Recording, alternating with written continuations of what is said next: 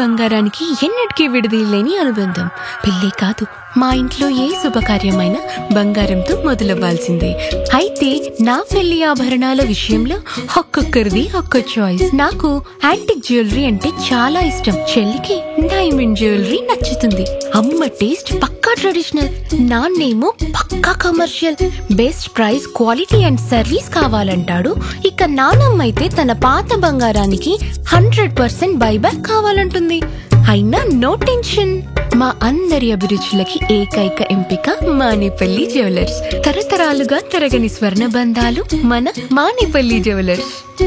Transgender, so అలా నా schooling start అయింది. స్కూలింగ్ స్టార్ట్ అయ్యే క్రమంలోనే సేమ్ కొన్ని మంచి పనులు ఎప్పుడైతే స్టార్ట్ చేస్తామో చెడు పనులు కూడా స్టార్ట్ అవుతాయి. అలాగనే ఏ టైంకి అయితే స్కూలింగ్ స్టార్ట్ అయిందో, I was about to gain my consciousness, లోకం అంటే ఏంది, సమాజం అంటే ఏంది అని తెలిసిన టైంలో lot of discrimination, like harassment కానీ, వెనకాల ఫ్రెండ్స్ నవ్వటం కానీ, నడకని చూసి, మాట్లాడే విధానం చూసి, ఇవన్నీ ఆ టైంలో మెంటల్ ట్రామా చాలా ఎక్కువ ఉండేది. అండ్ ఎవరికి చెప్పుకోలేని పరిస్థితి, బికాజ్ పేరెంట్స్కి చెప్పినా వాళ్ళు ఎలా రియాక్ట్ అవుతారో తెలియదు. ఫ్రెండ్స్కి చెప్తే వాళ్ళు already they are harassing, they are like నవ్వుకుంటున్నారు, అరే వీడు తేడా ఇది అది అని చెప్పేసి. సో అదంతా ఒక కాంప్లికేటెడ్ జర్నీ. అలా నా స్కూలింగ్ కంప్లీట్ చేసేసుకొని దాని తర్వాత ఇంటర్మీడియట్ విజయవాడలో జాయిన్ అయ్యాను. ఏ టైంలో అయితే విజయవాడలో జాయిన్ అయ్యానో ఆ టైంలో ఇంకా ఎక్కువ, like obviously it is a teenage కాబట్టి ఎవ్రీవన్ విల్ పోక్, అరే ఏంది ఇలా ఉన్నాడు, ఏంది ఇలా మాట్లాడుతున్నాడు, ఆ నెయిల్ పాలిష్ ఏంది, జుట్టు ఎందుకు పెంచుకున్నారు. సో ఇవన్నీ ఏంటంటే it is a kind of things where like first of all మనం ఎవరికి చెప్పలేము. ఇంకొకటి ఏంటంటే దానికి తోడుగా ఇలాంటి పాయింట్స్ ఏవైతే యాడ్ చేస్తుందో, ఆ హరాస్మెంట్, ఆ బుల్లింగ్, ఇవన్నీ ఏదైతే యాడ్ అవుతుందో that makes you literally die there. అలాంటి టైంలో ఒకరిద్దరు ఫ్రెండ్స్ ఉండే వాళ్ళు అర్థం చేసుకునే వాళ్ళు, బట్ నో యూజ్. ఎందుకంటే ఒకవైపు సమాజంలో ఒక కైండ్ ఆఫ్ డిస్క్రిమినేషన్, అన్ని బాగుండి చదువుకోవడం అంటేనే జనరేషన్స్లో ఎక్కడో కొంత హెచ్చు తగ్గులు ఉన్న పరిస్థితుల నుంచి ఒకవైపు చదువును బ్యాలెన్స్ చేస్తూ మీకు మీ జెండర్ డిస్క్రిమినేషన్స్, మీరు ఒకవైపు నెయిల్ పాలిషర్స్ గురించి, లేదంటే కళ్ళకు పెట్టుకునే కాటిక దగ్గర నుంచి అండ్ లిప్స్టిక్ దగ్గర నుంచి ఒక కైండ్ ఆఫ్ టార్చర్ మీరు పక్క తోటి విద్యార్థుల నుంచి ఎదుర్కోవడము, ఆ టైంలో ఫ్యాకల్టీ నుంచి ఉన్న సపోర్ట్ ఏంటి మీకు? వాళ్ళు ఎట్లా సపోర్ట్ చేశారు? సపోర్ట్ అనేది ఎక్కడి నుంచి దొరకలేదు ఆ టైంలో, బికాస్ ఆ టైంలో ఇంత జెండర్ ఇంక్లూజన్ లేదు. మనం ఇప్పుడు నాల్సా జడ్జ్మెంట్ వచ్చిన తర్వాత నుంచి మనము LGBTQIA+ ఏంది, ట్రాన్స్జెండర్స్ అంటే ఏంది, మేల్ టు ఫీమేల్ ట్రాన్సిషన్ ఏంది, ఫీమేల్ టు మేల్ ఏంది అనేది ఇప్పుడు తెలుసుకుంటున్నారు. దాని ముందు అలాంటిది లేదు. So obviously when I was in school, intermediate, I was in like it was in 2008-9, ఆ టైంలో అయితే ఎలాంటి అవగాహన లేదు. సో సపోర్ట్ అనేది డెఫినెట్లీ ఎక్కడి నుంచి కనబడలేదు. Support, the only support is your moral support, like నీది నువ్వే ఒక సపోర్ట్ గా. ఆల్వేస్ లైక్ కి బయట ఒకలాగా కనిపించి లోపల ఏడవటం అదంతా కొంత టైం వరకు okay, but it should not prolong అనిపించింది. ఆ టైంలో the best support was books. అంటే you won't imagine, I use to hesitate అనమాట. క్లాస్లో కూర్చోవడానికి కూడా హెసిటేట్గా ఫీల్ అయ్యేదాన్ని. ఐ యూస్ టు లైక్ ఒక చెట్టు కూర్చొని, అంటే హాస్టల్ అది obviously surrounded by walls everything కదా. హాస్టల్లో ఒక చెట్టు తీసుకొని అక్కడ 24/7 అక్కడ కూర్చునేదాన్ని. అట్లా పుస్తకాలకు దగ్గర అయిపోయి, అలా దగ్గర అయ్యి పుస్తకాలతో స్నేహం చేశారు. ఇక స్నేహం అని కాదు, ఆడుకున్నాను, ఎక్స్పెరిమెంట్ చేసుకున్నాను. జీవితం మొత్తం పుస్తకాలతో పని వేసుకొని, ఇట్ వాజ్ లైక్ ఆ టైంలో నాకు అనిపించిన ఏకైక మంచి ఫ్రెండ్ బుక్స్. ఎందుకంటే ఏదైనా రాయాలనుకున్నాను, అంటే నా గురించి ఏదైనా, నాకు కొంచెం డైరీ రాయటం అలవాటు ఉండే ఆ టైంలో. సో అది రాయాలనుకున్నా, అక్కడ నుంచి నాకు క్రాస్ క్వశ్చన్స్ రావట్లేదు కదా, so I can express everything అనమాట. సో అలా ఇదైంది. రైట్. ఎప్పుడు అంటే డాక్టర్ అవ్వాలని ఎప్పుడు డ్రీమ్ గా పెట్టుకున్నా, అంటే ఏ స్టేజ్ లో మీరు దీన్ని ఓకే నా గోల్ ఇది, నా మిషన్ ఇది, నేను ఇదే అవ్వాలి అనే ఒక ఫిక్స్డ్ మైండ్ సెట్తో ఉన్నట్టు చిన్నప్పుడు చాలా అనుకుంటాం, నేను టీచర్ అవ్వాలి, ఇంజనీర్ అవ్వాలి, అది అవ్వాలి, ఇది అవ్వాలి. బట్ ఇప్పటికే చూస్తాం నేను డాక్టర్ అవ్వబోయి యాక్టర్ని అయ్యానని చాలా మంది చెప్తూ ఉన్నారు. బట్ మీ లైఫ్లో మీరు అంత స్ట్రాంగ్ డెసిషన్ ఎప్పుడు తీసుకున్నారు? డెసిషన్ అని కాదు, యాక్చువల్లీ ఫస్ట్ ఆఫ్ ఆల్ నాకు డాక్టర్ అవ్వాలి అనే థాట్ నాకు కూడా లేకుండే. I use to be like నాకు కొంచెం కల్చరల్ యాక్టివిటీస్ ఎక్కువ ఇష్టం ఉండేది. I love to dance, I love to sing. దాని తర్వాత ఏదైనా కొత్త క్రియేషన్స్ చేయటం అవన్నీ చాలా ఇష్టం ఉండేది అనమాట. సో వాటిపైన ఎక్కువ కాన్సన్ట్రేషన్ ఉండేది. But it was my father's dream, like నా కొడుకు డాక్టర్ అవ్వాలి అని చెప్పేసి.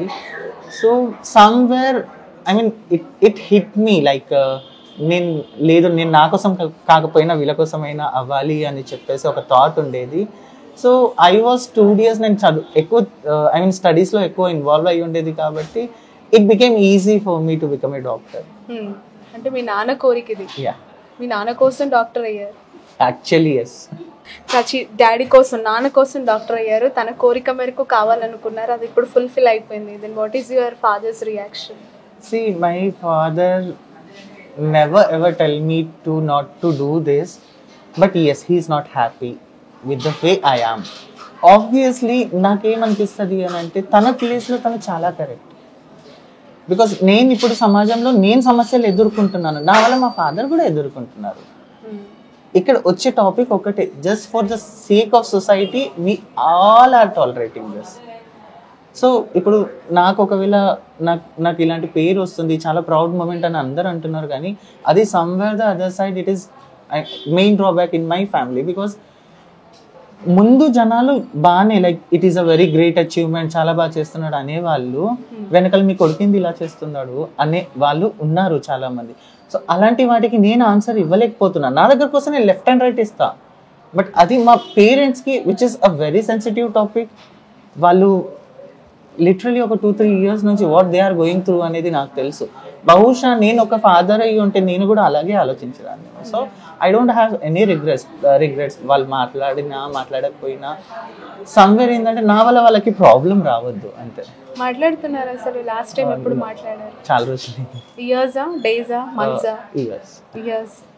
అనిపించిందా అంటే నాన్న కోరిక మేరకు డాక్టర్ అవ్వాలనుకున్న మీరు, ఫ్రెండ్స్ ఎవరు లేకపోతే పుస్తకాలని ఫ్రెండ్స్గా చేసుకొని మీరు జీవితంలో ఎవరితో మనసు విప్పి చెప్పుకోవాలనుకున్నవన్నీ అక్షరాల రూపంలో బుక్స్తో చెప్పుకున్న పరిస్థితుల నుంచి అదే తండ్రి యొక్క కోరికను తీర్చిన రోజు నాన్నతో షేర్ చేసుకోవాలని, తండ్రి యొక్క కళ్ళలో ఆనందం చూడాలని అనిపించలేదు? ఆబ్వియస్లీ అనిపిస్తుంది, ఎవరికి ఉండదు అది. ఆ డే అంటూ వస్తుంది అని వెయిట్ చేస్తున్నాను నేను కూడా. డెఫినెట్లీ రావాలి. See, my father is a kind of person who won't hurt anyone అన్నమాట. తను ఎవరికి ఎలాంటి ఇబ్బంది పెట్టదు. When he came to know about me, ఒకటే మాట అన్నారు, ఎంత పైకి ఎదుగుతావు అని అంటే రేపు పొద్దున నాకు వచ్చి ఇదిగో ఇంత మంచి పని చేశారు అని చెప్పేటట్టు ఉండాలి. నేను ఎప్పటికీ సపోర్ట్ చేయను, బట్ నా ఆశీర్వాదం ఎప్పటికీ నీతో ఉంటుంది అని. దట్ ఇట్ సెల్ఫ్ అది నాకు పెద్ద అచీవ్మెంట్, ఒక మాట చెప్పాలి అంటే. మీరు కళ్ళల్లో నీళ్ళు చూస్తున్నా, ఏడుస్తూ ఉన్నారు. Obviously. Why so emotional? Prachi, you are in very good position, Prachi. And so many అంటే జెండర్ డిస్క్రిమినేషన్ గురించి మాట్లాడతాం. అలాంటి జెండర్ అనేక అంటే మీలాంటి మీ హిజ్రాస్ అవ్వచ్చు, మేల్ ఫీమేల్ వరల్డ్ అంతా కూడా ఒక అప్రిషియేట్ చేసే సిచ్యువేషన్ ఇది. అసలు వావ్ ప్రాచి అనే సిచ్యువేషన్ అంత ప్రౌడ్గా ఉంది. బట్ మీరు ఎందుకు ఇంత ఎమోషనల్ అవుతున్నారు? అంటే ఎమోషనల్ థింగ్ ఏంటి అంటే ఆబ్వియస్లీ ఎలా అంటే ఇప్పుడు పేరెంట్స్కి కూడా మాట్లాడాలి అని ఉంటుంది, బట్ ఈ సొసైటీ ఏదైతే ఉందో మాట్లాడనివ్వదు. Because they have to answer కదా. అక్కడ రిలేటివ్స్ అయినా సరే, వాళ్ళ కాలేజ్, వాళ్ళ ఆఫీసెస్లో, వాళ్ళ స్కూల్స్లో they have to answer. So might be వాళ్ళ ప్లేస్లో నేనుండి ఉంటే even I use to do the same. బహుశా నేను ఇంకా స్ట్రిక్ట్గా ఉండేదాన్నేమో. బట్ నాకు మీ కళ్ళలో వాటర్ చూడాలని అనిపించట్లేదు, సీరియస్లీ చెప్తున్నా. ఎందుకంటే చాలా గొప్ప పని చేశారు మీరు. అంటే మీరు ఇంతకాలం కూడా ప్రాచి ఎవరికో తెలియదు, ఇప్పుడు చాలా మందికి తెలుస్తుంది. అండ్ వందల మంది మీకోసం మీరు చూసే మీ వైద్యం కోసం వచ్చి లైన్లో నిల్చుంటూ ఉన్నారు. ఆల్రెడీ యూ అచీవ్డ్ ఇంకా అచీవ్ చేసుకుంటేనే చాలా మంది యంగ్స్టర్స్కి మీలాగా ఉన్న వాళ్ళందరికీ ఒక రోల్ మోడల్గా ఈ ఫీల్డ్లో ఉన్నారు. అండ్ 100% మీ ఫాదర్ అట్లీస్ట్ ఈ ఇంటర్వ్యూ షూస్ అయినా కూడా రియాక్ట్ అవుతారేమో, మీ ముందు వచ్చి నిలబడతారేమో. One fine day will come to you 100% for appreciate you what you achieve. I'm sure on that Prachi. And ఇంకొక క్వశ్చన్ ఇదే టైంలో నేను అడగాలి మిమ్మల్ని, బికాజ్ ఈ ఎమోషనల్ సిచ్యువేషన్ నుంచి ఆ ఆన్సర్ వస్తుందని నేను ఎక్స్పెక్ట్ చేస్తూ అడుగుతూ ఉన్నాను. కుటుంబం వేరు, రిలేటివ్స్ బంధువులు వేరు, అంటే ఫ్యామిలీ, మీ అన్న, మీ చెల్లెలు, మీ అక్క, మీ ఫాదర్, మీ మదర్, బంధువులంతా కూడా. కుటుంబం కొన్ని సందర్భాలు సపోర్ట్ చేసిన బంధువుల నుంచి వచ్చే రెస్పాన్స్ అంతా కొంత డిఫరెంట్గా ఉంటుంది. అండ్ ఇప్పుడు మీరు అన్నారు సొసైటీ బాగుండాలన్నా బాగుంచదా, అఫ్ కోర్స్ బంధువులు కూడా ఉంటారు ఆ వర్గంలో. ప్రధాన విలన్లు వీళ్ళే అయ్యారా మీకు? లేదండి, నాకు ఫ్రాంక్గా చెప్పాలి అంటే నాకు నా ఫ్యామిలీ సైడ్ నుంచి నాకు ఎవ్వరూ అబ్జెక్ట్ చేయలేదు. I mean objection in the sense వాళ్ళకి అది ఇష్టం లేదు, and definitely I have to respect that. So నాకు నా రిలేటివ్స్ కూడా నో వన్ వాజ్ లైక్ కి నువ్వు చేస్తుంది తప్పు కాదు, తప్పు అని చెప్పేసి నాకు ఎవరు క్వశ్చన్ చేయలేదు. సో నాకైతే అలాంటి సిచ్యువేషన్స్ ఏమి ఎదురు అవ్వలేదు. I only face discrimination in the society అంతే, but not in family and all. Okay, right. ఎంతమంది సిబ్లింగ్స్ మీరు? 4 members. ఎవరు? 2 చెల్లెలు, తమ్ముడు. 2 చెల్లెలు, తమ్ముడు. మీరే పెద్ద? ఓ, చాలా బాధ్యత ఉంది అయితే మీరు. అందుకే మీరు ఇంత గొప్ప డ్రీమ్ ని అచీవ్ చేశారు కదా ఫాదర్ కోసం. ఆబ్వియస్లీ, అంటే ఇంటికి పెద్ద కొడుకు, తండ్రికి సపోర్ట్, కూతురు ఉంటే తల్లికి సపోర్ట్ అంటూ ఉంటారు మన పెద్దవాళ్ళంతా కూడా. సో ఇప్పుడు పెద్ద కొడుకు తండ్రికి చేదోడు వాదోడుగా తండ్రి అనుకున్న లక్ష్యాన్ని ఛేదించాడు అనమాట, అంతేనా? ఆబ్వియస్లీ. ఓకే. సో ప్రాచి, ఎప్పుడు ఇందాక డెసిషన్ గురించి అడిగాను డాక్టర్ అవ్వడానికి సంబంధించి, ఆ టైంలో వెళ్ళినప్పుడు చదువుకోవాలి, నేను ఎంబీబీఎస్ డాక్టర్ అవ్వాలి అని అనుకున్నప్పుడు చదవడము, మార్కులు తెచ్చుకోవడం ఒకటైతే కూడా చుట్టుపక్కల సపోర్ట్ చేసేవాళ్ళు ఎవ్వరూ లేని అంటే మైండ్ అంతా బ్లాంక్ అయిపోతుంది. సో మీకున్న ధైర్యం ఏంటి? మీరు స్టెప్స్ వేసేటప్పుడు ఆ జర్నీ ఒకసారి చెప్పండి. షూర్. ఆ టైంలో నేను ఎప్పుడైతే నాకు ఎంబీబీఎస్ సీట్ వచ్చి కౌన్సిలింగ్ జాయిన్ అయ్యి, ఐ మీన్ గవర్నమెంట్ కాలేజ్, ఇక ఆదిలాబాద్, హైదరాబాద్, ఎంసెట్ ఇక్కడనే రాశాను హైదరాబాద్లో, బట్ నాకు సీట్ వచ్చేసి Rajiv Gandhi institute of medical sciences ఆదిలాబాద్లో వచ్చింది. Home town. And it was like నాకు అక్కడ లైక్ చాలా మంది చాలా తొందరగా మింగిల్ అయిపోయారు. ద బెస్ట్ పార్ట్, చాలా మందికి ర్యాగింగ్ అది ఇది అయ్యేది, ఇన్ఫ్యాక్ట్ నాకు కూడా అయింది, but it was like a kind of friendly జోన్లో ఉంది. అండ్ నా ఐడెంటిటీని వాళ్ళు యాక్సెప్ట్ చేశారు. నా రూమ్మేట్స్ అయినా సరే, నా క్లాస్మేట్స్ అయినా సరే, నా జూనియర్స్ అయినా సరే, అక్కడ ఉన్న ఫ్యాకల్టీ అయినా సరే. ఎస్, అందరూ యాక్సెప్ట్ చెయ్యరు, and we should not expect everyone. చాలా 90% వరకు అందరూ యాక్సెప్ట్ చేశారు, and they were very close to me. చాలా మంచిగా మాట్లాడేవాళ్ళు. Yes, as I told, like నా కల్చరల్ యాక్టివిటీస్ వీటిలో చాలా ఎక్కువ ఇంట్రెస్ట్ ఉండేది కాబట్టి ఐ యూస్ టు లీడ్ అనమాట, అది ఎక్కువ లీడ్ చేసేదాన్ని. సో అలా డాన్సెస్ వీటిలో నవ్వుకునే వాళ్ళు, బట్ నేను ఎప్పుడు అది పట్టించుకోలేదు. బికాజ్ ఒక్కరు నవ్వితే ఆపగలుగుతాం ఒక చెంప దెబ్బతో, అదే 10 మందిని ఒకటేసారి కొట్టలేము కదా. సో ఆ టైంలో అనుకున్నాను, there will be a day when you, I mean నీ సక్సెస్ వాళ్ళకి ఒక చెంపదెబ్బ లాంటిది అని చెప్పేసి. సో నాకంతా ఐ మీన్ నా కాలేజ్ సైడ్ నుంచి కానీ, నా ఫ్యామిలీలో కానీ ఎక్కడ కూడా ఆ హేళన అనేది నాకు రాలేదు ఎక్కువ. ఓకే. ఆ టైంలో నవ్వుకునే వాళ్ళందరూ ఇప్పుడు మీకు టచ్లో ఉన్నారా? చాలా మంది ఉన్నారు. ప్రతి ఒక్క friend from my college, I mean నా జూనియర్స్తో పాటు నా ఫ్యాకల్టీ ప్రతి ఒక్కరు టచ్లో ఉన్నారు, and they are like super happy అనమాట. ఏమంటున్నారు ఇప్పుడు? Like we didn't expect, but we're very much proud of you అని చెప్పేసి. Okay. So after completion of MBBS ఎట్లా, అంటే ఈ లైఫ్ని ఎట్లా ముందుకు తీసుకెళ్ళాలనుకున్నారు? అక్కడి నుంచే స్టార్ట్ అయింది నా జర్నీ యాక్చువల్లీ చెప్పాలి అంటే. ఓకే. ఆ వరకు ఎంబీబీఎస్ అయిన అంతవరకు ఐ వాజ్ ఇన్ క్లోజెట్ అనమాట, అంటే only surrounded by few people. Life అనేది జస్ట్ ఆదిలాబాద్కి మాత్రమే లిమిటెడ్ ఉండే, పరిమితం అయిపోయింది. ఎగ్జాక్ట్లీ. దాని తర్వాత when I step to Hyderabad కదా, అసలు రియాలిటీ అనేది నేను ఫేస్ చేయగలిగాను. లైక్ డిస్క్రిమినేషన్ ఎక్కువ అవ్వటం, లైక్ ఏమంటారు, నడుచుకుంటూ వెళ్తే వెనకాల నవ్వటం ఇలాంటివన్నీ చేయటం, ఇవన్నీ ఒక ఐ మీన్ అప్పటిదాకా ఏం అనిపించలేదు. బట్ ఏంటంటే కాలేజ్ అయిపోయిన తర్వాత డెఫినెట్గా ఎలోన్గా ఉండే మనం పీజీ పోస్ట్ గ్రాడ్యుయేషన్ కోసం దేనికోసమైనా ప్రిపేర్ అవ్వాలి. ఆ టైంలో ఏంటంటే సరైన సర్కిల్ లేక, ఫ్రెండ్ సర్కిల్ లేక, అండ్ ఇలాంటివన్నీ హరాస్మెంట్స్ ఎక్కువ అవ్వటం వల్ల మెంటల్ స్ట్రెస్ చాలా ఎక్కువ వచ్చింది. సో ఆ టైంలో ఏం చేశాను అని అంటే, అరే బహుశా నేను ఇలాగే ఉంటానేమో, సో ఫ్యాషన్ డిజైనింగ్ సైడ్ వెళ్తే అట్లీస్ట్ అక్కడైనా మనల్ని యాక్సెప్ట్ చేస్తారు కదా అని చెప్పేసి I did my fashion designing course అనమాట. డే టైంలో కాలేజ్కి వెళ్ళేది, నైట్ టైంలో డ్యూటీస్ చేసేది. అలా నేను ఇంట్లో వాళ్ళకి కూడా చెప్పలేదు that I'm doing fashion designing అని చెప్పేసి. మొత్తం కోర్స్ అయిపోయిన తర్వాత డిజైనర్ నీతాలుల్లాతో అవార్డు వచ్చి, ఐ మీన్ ఒక ఫ్యాషన్ షో చేసిన తర్వాత they came to know. But అక్కడ కూడా ఏంటంటే స్ట్రగుల్ అనేది ఆబ్వియస్లీ ఎక్కడైనా ఉంటుంది. అక్కడ కూడా I realise like this is not me, అంటే జస్ట్ నా కోసం నేను అటు నా పర్సనల్ బెనిఫిట్ కోసం నేను అది చూసుకుంటున్నాను. But what about my dream that which I became doctor, అది ఎందుకు పోనివ్వాలి అని చెప్పేసి అలా సైమిల్టేనియస్లీ మెయింటైన్ చేస్తూ ఈ ఐ మీన్ ఈ మాటలన్నీ భరిస్తూ చాలా, అంటే ఇట్ వాజ్ లైక్ ఒక పీక్కి వెళ్ళిపోయింది. అలా చేసుకుంటా నేను డిప్లొమా ఇన్ ఎమర్జెన్సీ మెడిసిన్ కూడా చేశాను అనమాట. చేస్తూ I use to work in corporate hospitals 3 years వరకు. I didn't tell them that my identity. But ఒకవేళ మనం హాస్పిటల్ వెళ్ళే టైంలోనే we can imagine, I mean మనం ఒక సెన్స్ చేసుకుంటాం మనల్ని చూసి ఎవరు నవ్వుతున్నారు ఎవరు లేరు అని చెప్పేసి. ఇలా క్యాబిన్ లో కూర్చుంటే ఆబ్వియస్లీ బయట సిస్టర్స్ నవ్వేది.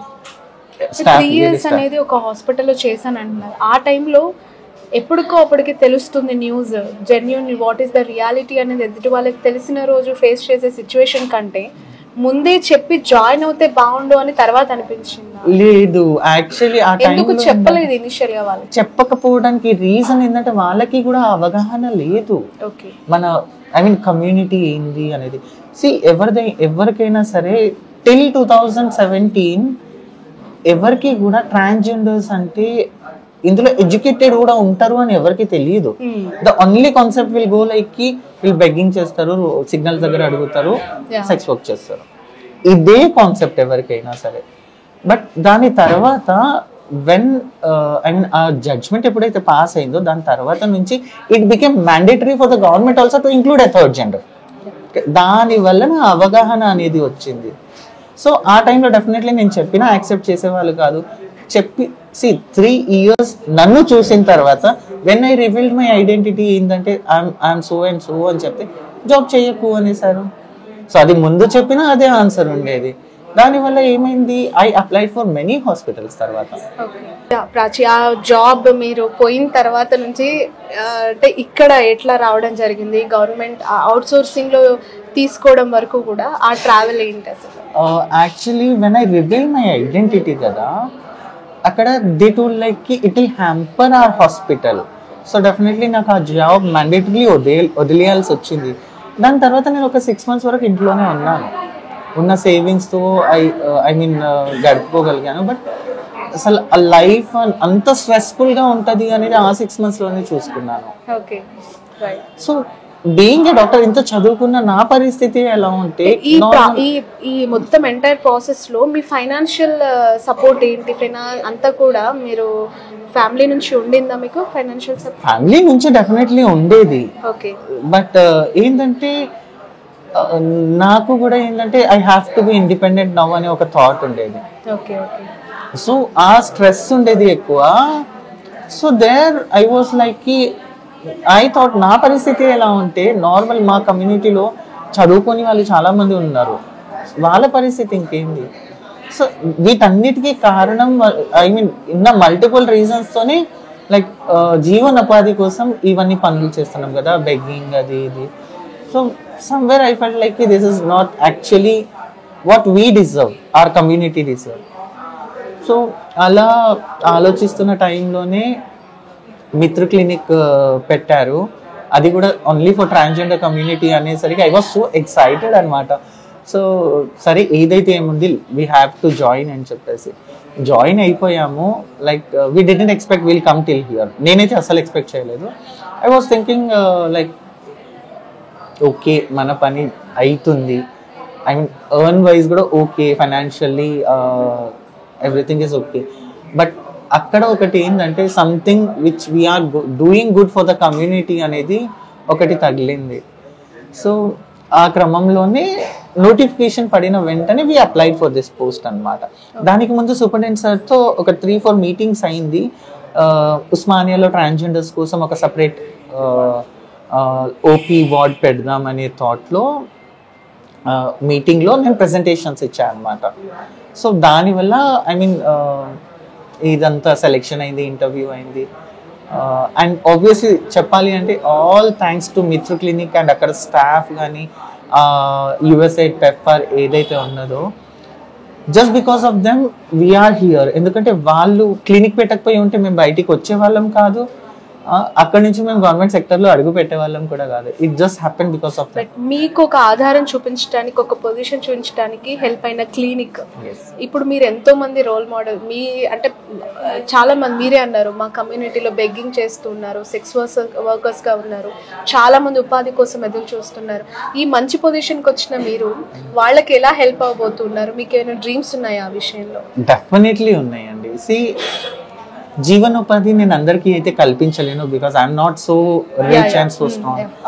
బట్ ఎస్, నా వంతు ప్రయత్నం ఖచ్చితంగా చేస్తాను. హెల్త్ వైజ్, హెల్త్ రిలేటెడ్ ఏ ఇష్యూస్ ఉన్నా I will be there for them. అలాగే గవర్నమెంట్ని కూడా అపీల్ చేయడానికి ముందడుగు వేస్తున్నాం మేము కూడా, to provide a horizontal reservation for us. Because కేవలం డాక్టర్ రూత్ కానీ డాక్టర్ ప్రాచీయే కాదు, ఇక్కడ చాలా మంది ఉన్నారు who are very well educated in the community. But ఎందుకు మీ కమ్యూనిటీ మీద అలాంటి ఒక ముద్ర పడిపోయింది? ఓన్లీ సెక్స్, బెగ్గింగ్, లేదంటే ఇంకో కొన్ని ఫ్రాడ్స్ కానీ, బెదిరించి అమౌంట్ లాక్కోవడము, ఇవి హిజ్రా అనగానే ఒక కైండ్ ఆఫ్ ఒక మైండ్లో ఒక ఒపీనియన్ పడిపోయింది. But there is a separate section who are really good in transgenders like Prachi, like Ruth, some other else. Yes. దాన్ని ఎట్లా ఇంప్రెషన్ సొసైటీ క్రియేట్ చేసుకుంది. I will tell you one thing, transgenders కానీ hijras కానీ పురాతన కాలంలో లేరా? ఖచ్చితంగా ఉన్నారు. రామాయణం మహాభారతం వింటున్నాం, అందులో కూడా ఉన్నారు. వేవేసి జోధా అక్బర్ మూవీ, అక్కడ కూడా ఒక ట్రాన్స్జెండరే హీల్ ప్రొటెక్ట్ రాణి అండ్ ఆల్. ఆ టైంలో కూడా ఇలాగే ఉండేదా డిస్క్రిమినేషన్? ఒకవేళ ఇలా ఉండి ఉంటే వాళ్ళు రాజుల దగ్గర ఎలా ఉన్నారు? సో ఇది మనం క్రియేట్ చేసుకుంది. సెకండ్ థింగ్, సరే బెదిరిస్తారు, లైక్ సెక్స్ వర్క్ చేస్తారు అది ఇది అని అంటే, ఏన్షియన్ ఐ మీన్ పురాతన మన టెంపుల్స్ చూస్తే కంప్లీట్ స్కల్ప్చర్సే ఉంటుంది.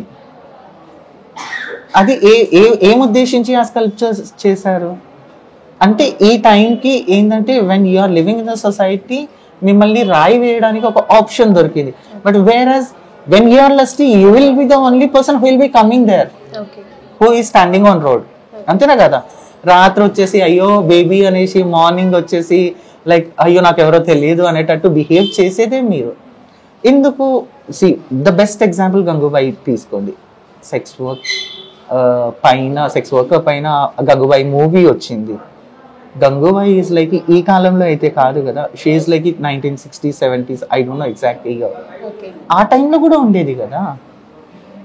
మనం ఈ టైంలోనే ఎందుకు దాన్ని అంత జూమ్ చేసి చూస్తున్నాము? సరే బెదిరించి డబ్బులు తీసుకుంటారు అని అంటున్నారు కదా, బెదిరించి ఎవరు ఎందుకు డబ్బులు తీసుకుంటారండి? నువ్వేదో ఒకటి చేసి ఉంటావు అక్కడ, నువ్వు చేసింది చెప్పవు, బట్ ముందు వాళ్ళని పాయింట్అవుట్ చేయడం చాలా ఈజీ. బికాస్ ఇక్కడ ఏం చేసినా ఐ మీన్ పోలీస్ ఆఫీసర్స్ కి కూడా ఎలా అంటే అయ్యో తను ట్రాన్స్జెండర్ చేసే ఉంటది. అది మనం క్రియేట్ చేసుకున్నాం. అది ఈ ఎంటైర్ ప్రాసెస్ లో మీరు బాగా ఏడ్చి, బాగా బాధపడి, నాకు ఈ డే ఇంకా నా వల్ల కావట్లేదు అని ఫస్ట్ అయిన సిచ్యువేషన్స్ ఏంటి ప్రాచి? ఎంటైర్ ప్రాసెస్ లో నేను బాగా ఏడ్చింది ఎప్పుడు అంటే when I came out to my family. నేను యాక్చువల్లీ ఇంకా వేరే లెవెల్లో ఎక్స్పెక్ట్ చేశాను, బట్ ఐ వాజ్ లైక్ వాళ్ళు నన్ను ఎంత బాగా కౌన్సిల్ చేశారు అంటే, మేము నీతో ఉండము, లైఫ్ నీది, you have to lead. That was the best thing happen to me and worst thing happen to me. నేను ఐఎమ్ కైండ్ ఆఫ్ పర్సన్, నేను ఏడుస్తాను వెన్ ఐఎమ్ లైక్ డిప్రెస్ ఏడుస్తాను, but that will be only for a limited period, because life has to move on. ఏడుచుకొని నేను చచ్చిపోవటం కానీ ఇదన్నీ చేయటం కానీ అవన్నీ ఎందుకు? రాసి పెట్టుంటే ఏ రోజైనా వెళ్తాము. Yes, we have to be strong. ఎందుకు అంటే సి ఇక్కడ when you are alone, general concept మాట్లాడదాం. When a lady is alone, when she is divorce, చాలా సైడ్ నుంచి పోక్ చేస్తారు. If she is getting ready, కొంచెం మంచిగా రెడీ అయితే చాలా మంది చాలా రకాలుగా మాట్లాడుకుంటారు. నేను ఇది ఒక ట్రాన్స్జెండర్ని, నేను నార్మల్గా ఉన్న మాట్లాడుకుంటారు. So I have to like addict to those things అనే కాన్సెప్ట్లోనే. And I was not like నేను ఎమోషనల్లీ వీక్ ఎప్పుడు అవ్వలేదు. ఓకే, మీకు ఎంబీబీఎస్ ఈ ప్రాసెస్లో అనాటమీ ఉంటుంది కదా, ఎస్, అక్కడ మనకి గుడ్ టచ్ బ్యాడ్ టచ్ మనకి చిన్నప్పటి నుంచే Yes. Whether it is a girl or boy అందరికీ నేర్పిస్తూ ఉంటారు. బట్ గర్ల్ సెక్షన్ అంతా ఒక సైడ్, బాయ్ సెక్షన్ అంతా ఒక సైడ్. కోర్స్ ఆ ట్రైనింగ్ పీరియడ్లో అయినా కూడా కలిసి చేసేవి కూడా ఉంటాయి. సో ఆ దట్ సిచ్యువేషన్ మీ ఫీలింగ్ ఏంటి? యాజ్ ఎ ట్రాన్స్జెండర్గా మీకు తెలుసు, మీ పక్కనున్న వాళ్ళకి తెలుసు, ఒక బాడీని పడుకోబెట్టేసి చేసే ప్రాక్టికల్ థింగ్స్ అన్నీ కూడా మీకు ఎట్లా పర్సనల్గా కనెక్ట్ అయ్యాయి? ఆ ఫేజ్ని మీరు ఎలా చూసారు ఆ టైంలో? అది ఒక మాట చెప్పాలి అంటే anatomy was one of my best, I mean favourite subject ఆ టైంలో. బికాస్ దిస్ డైసెక్షన్ అనేది అందరికీ ఇష్టం, బట్ నేను ఏంటంటే ఎక్కువ వెనకలు ఉండేది. Because I use to chat a lot అనమాట ఆ టైంలో. ఫోన్ పట్టుకొని చాలా మంది ముందు they use to do everything, నేను వెనకాల ఉండేదాన్ని. But when our HOD or assistant professor, associate professor ఎవరైనా వస్తే అందరికంటే ముందు నేను నిలబడేదాన్ని. బికాజ్ ఆ జెండర్ డిస్క్రిమినేషన్ అనేది నాకు డెఫినెట్లీ కాలేజ్లో రాలేదు కాబట్టి నేను కూడా లైక్ చాలా కంఫర్టబుల్ అయిపోయాను. సో నాకు దానితో మెంటల్ లైక్ ఆ ప్రెషర్ కానీ ఆ ఎఫెక్ట్ కానీ ఏం అవ్వలేదు. అండ్ నా డైసెక్షన్ బ్యాచ్లో ఉన్న వాళ్ళందరూ 25 మెంబర్స్ ఉండేది. మా బ్యాచ్లో ఓన్లీ 4 బాయ్స్, మిగతా వాళ్ళందరూ girls. So I was like super comfortable with them. Okay okay, అంటే ఆ ప్రాక్టికల్ సెషన్లో while you cutting that and cleaning the parts అట్లా మీరేమన్నా? No, I never felt like నాకు ఎప్పుడు ఇబ్బంది అనిపించలేదు. ఓకే, సో గవర్నమెంట్ సపోర్ట్ ఎట్లా ఉండింది మీకు ఇక్కడ? అంటే అఫ్ కోర్స్ మీ స్ట్రగుల్స్ అన్నీ ఒక స్థాయి వరకు వచ్చాయి, ఇప్పుడు ఇది నెక్స్ట్ స్టెప్ అనుకోవాలి నిజంగా. అంటే 2017 వరకు ఒకటి, అండ్ సెంట్రల్ గవర్నమెంట్ డెసిషన్ ఏదైతే ఉందో థర్డ్ జెండర్కి ఇవ్వాల్సిన ప్రయారిటీకి సంబంధించి